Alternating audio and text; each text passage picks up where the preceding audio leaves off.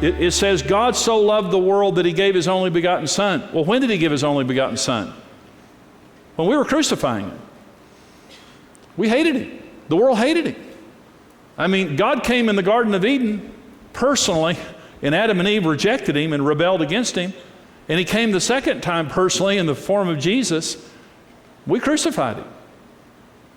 But he loved us then. God didn't wait for us to clean up our act before he loved us. God loved us when we were a mess. I'm just telling you right now, there are going to be times in your marriage that your spouse can't meet your needs. They need to meet your needs.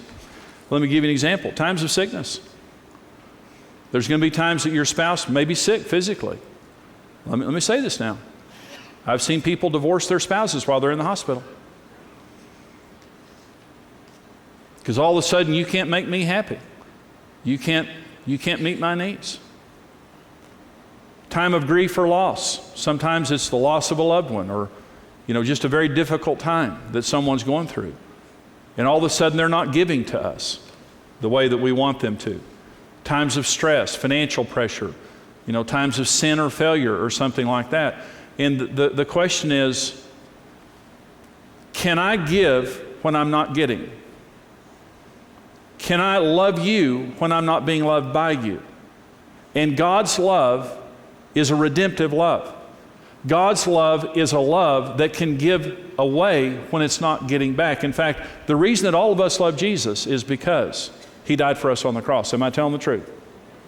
He died for us on the cross before we would ever recognize him. When we were in rebellion to him, he did that for us. The greatest marriages are not marriages where two pretty people get married and fall in love and the chemistry fuels their marriage, because there's no such thing as that. That's a lie. It's a fairy tale. The greatest marriages are where two very different people get married and go through very difficult times together. And you've gone through battles, you've gone through trials, you've gone through the fire, you've gone through the waters, you've done everything. And there were times that your marriage was great, but there were times that you went through times of stress and difficulty that you had to love each other in spite of. And one person had to carry the other person through. And the greatest marriages is when you walk through those times and you get on the other side and you turn back and say, you had every reason to leave me and you didn't. And when I was not willing to give to you, you gave to me. I love you. And I'm so glad that we're married. The deepest trust, the deepest intimacy, the deepest bond. And we've got to battle these romantic misconceptions that we have in our minds. That great marriages come from chemistry, or great marriages just come from great sex or great emotions or things like that just happen every day. If you marry your right soulmate, it just happens all the time. If you married your right soulmate, they're totally messed up and you're going to have some difficult times. And you need to get your mind on straight.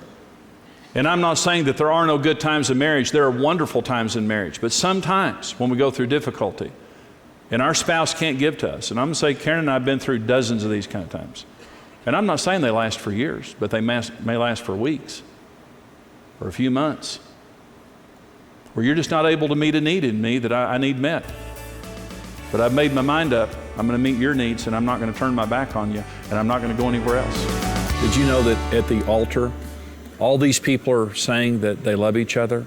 Most of them are saying vows that say, till death do us part, to love and to cherish, and all those kinds of things. The word love has become so cheap, it's really almost meaningless.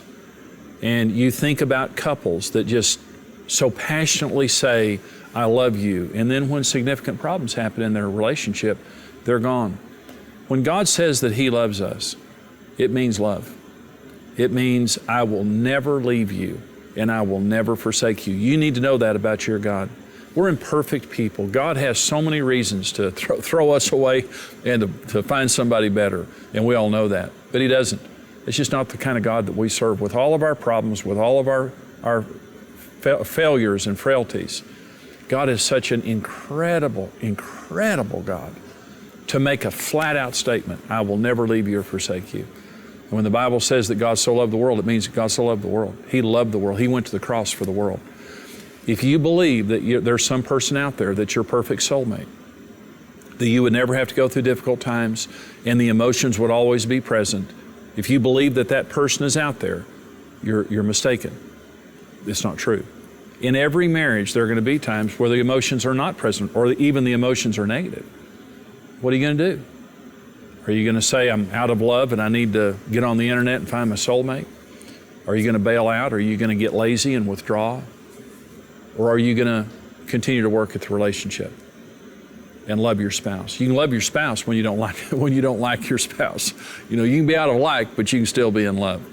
Because God's love, agape love, is the most powerful force in the universe. It will work for you today. Don't you get discouraged. Thank you for joining us.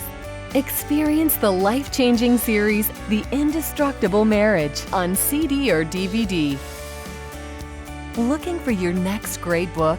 Start reading instantly with Marriage Today's ebooks, now available online. Follow your interests and get social by connecting with Jimmy and Karen and the Ministry of Marriage Today on Twitter. Become a rock-solid partner today and equip yourself with the tools you need for a successful marriage. $14, $28, or $56 per month. Choose the partnership level that's right for you. Become a rock-solid partner today.